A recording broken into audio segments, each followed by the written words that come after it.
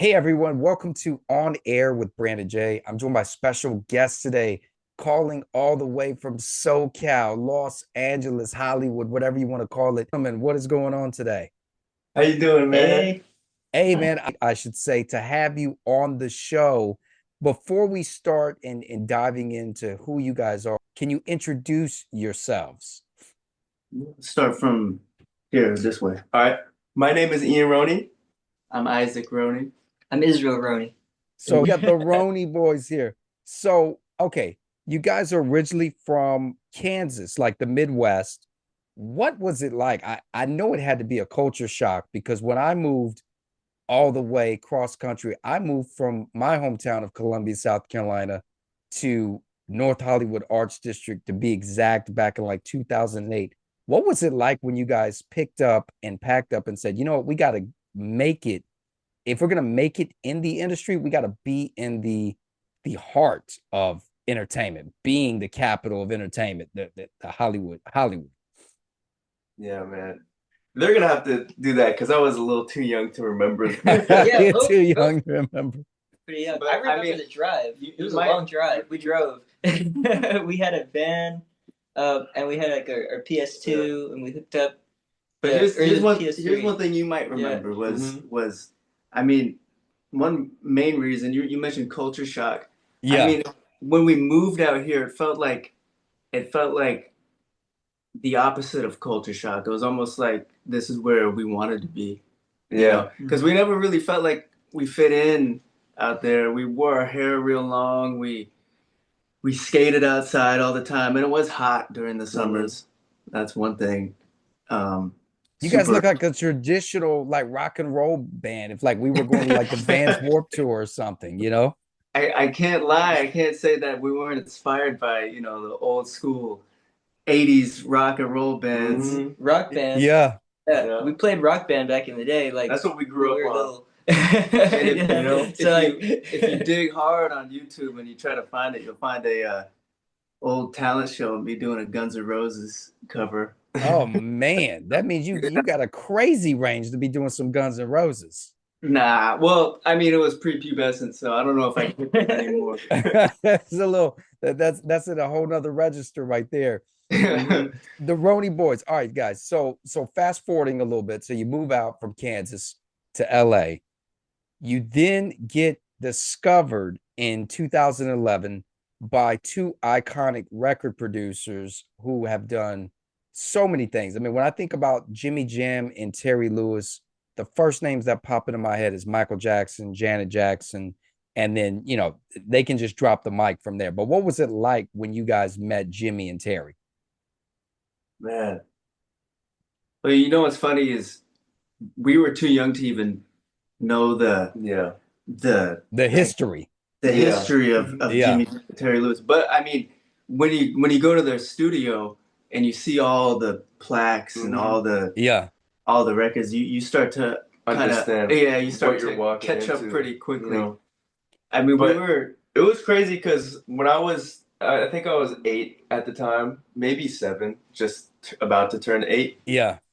And one day I just learned, I saw a cover of, or not a cover, but I saw a video of Bruno Mars doing the Lazy song on a radio show host. Yeah. Yeah. Yeah. Yeah. And the song wasn't out yet. He was just, they asked him to do like a original, and I I loved it, right? It was, I loved Dude, everything Bruno was in about it, is and I an loved it. epic writer and artist. I mean, Yeah, he's the real deal, hands down. I know he's amazing. And but I just learned it on the ukulele at the time, Oh and wow. I my just dad want to was, lay in my bed, blah blah blah blah blah blah. Yeah. yeah, Yeah. yeah. Yeah, those lyrics. Yeah. That is an iconic song still to this day. Because I don't think really anybody's done anything like that since Bruno. No. I don't think anyone's ever made a song being proud about being lazy. No. Yeah, He's the it first. really changed the game. Yeah, Like, because he took the old school and then he combined it with the new school, Yeah. and I don't think anyone's really like been able to catch up to that that level. Like, and he pushed it in terms of like, just entertainment in general. Like he raised the bar for entertainment too. But the irony is, he's not even lazy. He's one of the I know. hardest working people in show business. I mean, sold out arenas and stuff. Like what? That's why, hey, that's how he has the confidence to do it. Yeah. Well, what do you guys? Okay, so fast forward. Where you're being mentored by some great people. You're working with Timna. You're working with Quadri. I've known Quadri guys since like 2009, and I was just telling you this earlier. We were just having a conversation before the interview started, and I was like, it seems just like yesterday that I was meeting Quadri back in '09, and now fast forward to 2025. Wow. I mean, time flies, but you guys are definitely making a dent, making an impression on not only the music community, but Hollywood in general. Like, what have you guys been working on right now? Man, we've just been in the studio working constantly. We've been producing a lot too, and that's been our focus right now. But we're trying to get some singles and we're working on a project right now. So I mean, we're sitting on projects. We're sitting on projects. Yeah. You're sitting on records for days, I'm sure. Yeah. But I mean, in the near future, hopefully we could see a single coming. A single in the near future. Okay, so sure. I don't know about you, but like I was reading an article, and according to whatever publication this was, Spotify, literally every single day there's like 79,000 new songs uploaded to Spotify. So how does a talented trio like yourselves, being the Roney boys, stand out from all of this other noise that's polluting the music airwaves per se? Man, that's a good question. I mean, there's surely a few answers to that question. Yeah. I mean, what we did was we tried to use YouTube as I guess, a way to promote our original content, and try to navigate views that we got from the covers onto, our The original. originals. That was one thing we used, and we didn't really have. We came back to YouTube because we wanted to build the platform from what we already had, and we took a risk by doing old school music, right? Because everyone on YouTube was covering, what's hot and what's popping, and so we kind of took a risk trying to see if we could build kind of, I wouldn't say niche. We weren't really aiming to go niche. We were just doing what we loved, honestly. And we loved the old school R&B jams. So we hopped on YouTube. We were like, okay, let's see if we can build somewhat of a following on by doing the old school R&B. And they got it. Actually, it worked. And so we just used I guess the traffic from that we were getting from YouTube, and we just tried navigating it towards. Do you think that, and even that's a little tough too? That's another problem that I guess we're like transitioning from YouTube, people seeing us doing covers to releasing originals, because then it's almost like you have to you have to navigate that. Like that's a difficult thing to do. But a prime example, gentlemen, of an artist. I want to say a group per se, but an artist that comes to mind is Justin Bieber, right? He was discovered doing various covers. Scooter Braun found him, brought him in the studio, and then the rest is history. Would you say that with the ever so changing algorithms of social media within YouTube, has it made it harder to target your audience, your fans, to show them like, hey, we got new content and new material, and it's even better than what you've heard in the years prior leading up to where we are today? Do you want me to answer that? Yeah. I was the guy that was doing the uploads and having to do the SEO research. I mean, one thing that I could say about that is it's still a mystery, you know. People think they know how to boost views or boost Engagement or whatever. Yeah. make the title a certain way to Yeah. it's all of that once you set it out into the ocean of the internet, you know, you just gotta hope that it gets caught by a fisherman, right? And that's one way to say it, I guess. It's kind of like the Wild Wild West once you upload it. Yeah, it's like you're taking a leap of faith, and if it hits, it hits, and if it doesn't, it doesn't. And that's why people recommend doing those like crazy amount of uploads I mean, daily. it's crazy because they're all now concentrated on the shorts. So even after we do this interview, this great interview, right? It however long it ends up being, because we're just flowing, we're just kind of going with the flow here. We're gonna have like multiple pieces of short form content because that's what the algorithm is searching for. Yeah. Like quick, very entertaining cuts. Yeah, they don't want to watch the whole interview. I just want to hear, okay, what was it like, being discovered by Jimmy Jam and Terry Lewis? That might be the only question that somebody wants to listen to. So it's definitely changed the game and forced folks like myself and other, people that host podcasts and do these interviews to kind of change our way of thinking, to think about key boiling points of what people want to hear and not ask just the same question over and over, even though everybody wants to know, okay, you guys are doing some great music. For all of you that do not know, the Roney Boys, they've opened up for Boys to Men, Kelly Rowland. Those are huge names. Just to mention, what was it like opening up for those guys? I mean, it was crazy. Yeah. We grew up listening to all of them, Yeah. It's being able to meet them backstage and just like talk with them and like just hang out with people Being- that you yeah. look up to. Yeah, and then And then- also you can learn like the learning process too. Yeah. Like how much that you're able to learn just by being in that atmosphere Yeah. is crazy. It's like going to school, but it's like on the job training. Yeah, the sound checks are intense. I know, I can relate. So, guys, is there a specific method when it comes to you guys writing songs? Like who do you start with writing the chorus first, or do you start with the verse leading into the chorus? What's kind of your method of madness in the world of songwriting?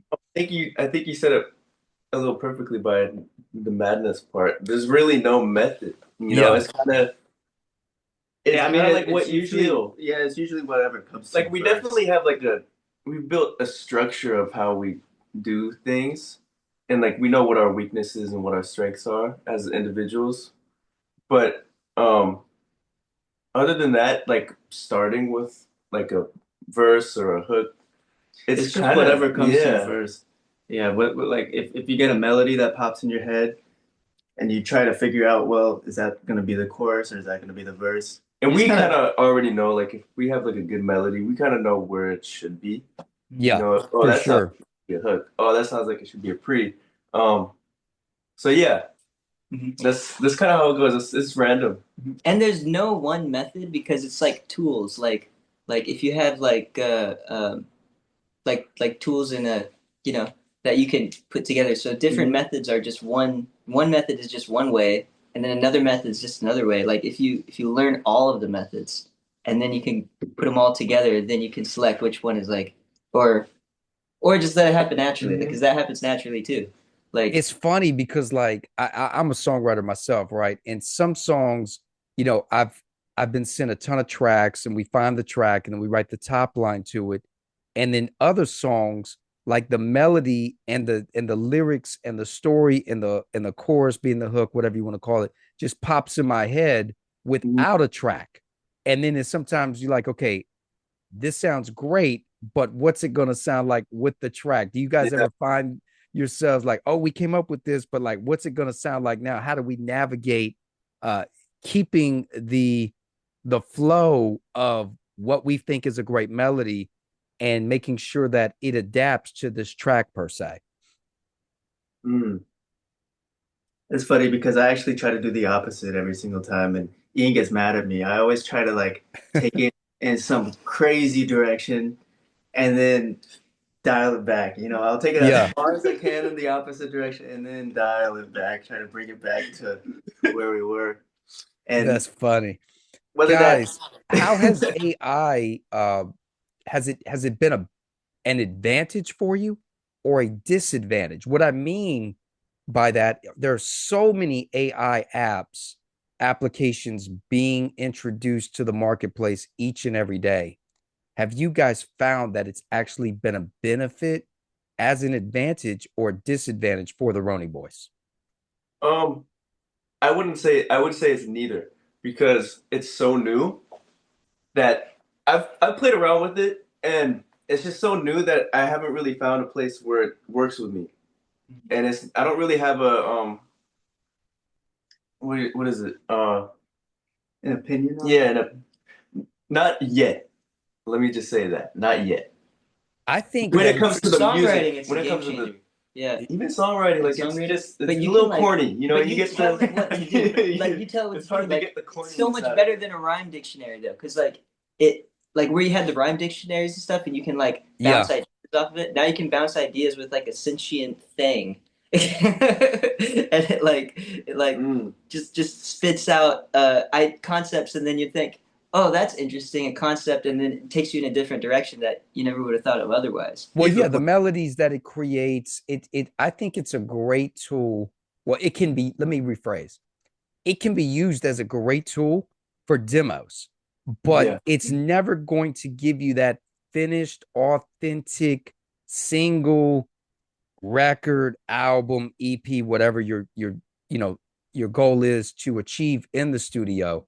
But I think that ultimately for me, AI, I've really been forcing myself to adapt because if we don't adapt to change, we get left behind, right? So I've been forcing myself to integrate my day-to-day operations, not in just music, but in business as a whole with Mhm. Chat GBT and Gemini and kind of seeing who kind of gives me the better perspective because this thing spits out info where it would have taken us years ago hours, days to do in a matter of 15, 30 seconds. I mean, it's crazy. It's kind of scary in a No, way. it's crazy. Mm-hmm. Mm-hmm. Yeah. I'm Yeah. starting to like ask ChatGPT just random day-to-day things, you know? What's wrong with me today? No, I'm kidding. Yeah, it's like Yeah, right? here's your AI therapy session for That's it, man. Therapy, mental health, it's everything in this industry.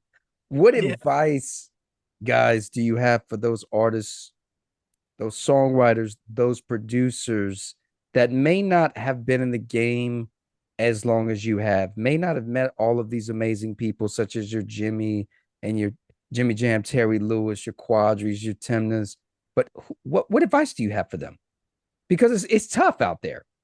It is. It's really tough. I would just say keep going because you keep going, working on your craft and just staying true to yourself, Yeah. someone's gonna see you, you know, eventually. It's Yeah. just how the world works, you know. If you keep working at something that you love and you have passion for, um, everyone's gonna see it, you know. Yeah, It they just, definitely it, are. it radiates out of you that love and the passion for music that we all have. Yeah, and heavy emphasis on the what Ian said about staying true to yourself. Mm-hmm. Make sure that what you're doing, make sure that you really love it, Mm-hmm. because I mean that makes the process easier. Yeah. Then it doesn't feel like work. Cause like Sometimes. yeah, that's true. Like because you can get caught up in like the day to day, you know. But Yeah. then that also takes out from the creativity side of it because creativity has to be free flowing, like it's the art, right? So it's like, uh, if art is machined, then it's no longer art. It's just a process. Well, and you never know when inspiration is going to hit you. I mean, I'm sure you guys have been in a cafe or walking down the street or in the car or, you're asleep, you wake up and then boom, it's like, oh my God, this is amazing. I got this melody. And the worst thing is you don't move on it right then. Like when inspiration hits, you gotta attack it, Yeah. you know, Voice notes. like Yeah, exactly. yeah, yeah. Voice Apple notes. Notes, you got to write those lyrics in Mhm. there and polish them up. Google Docs, all of the above.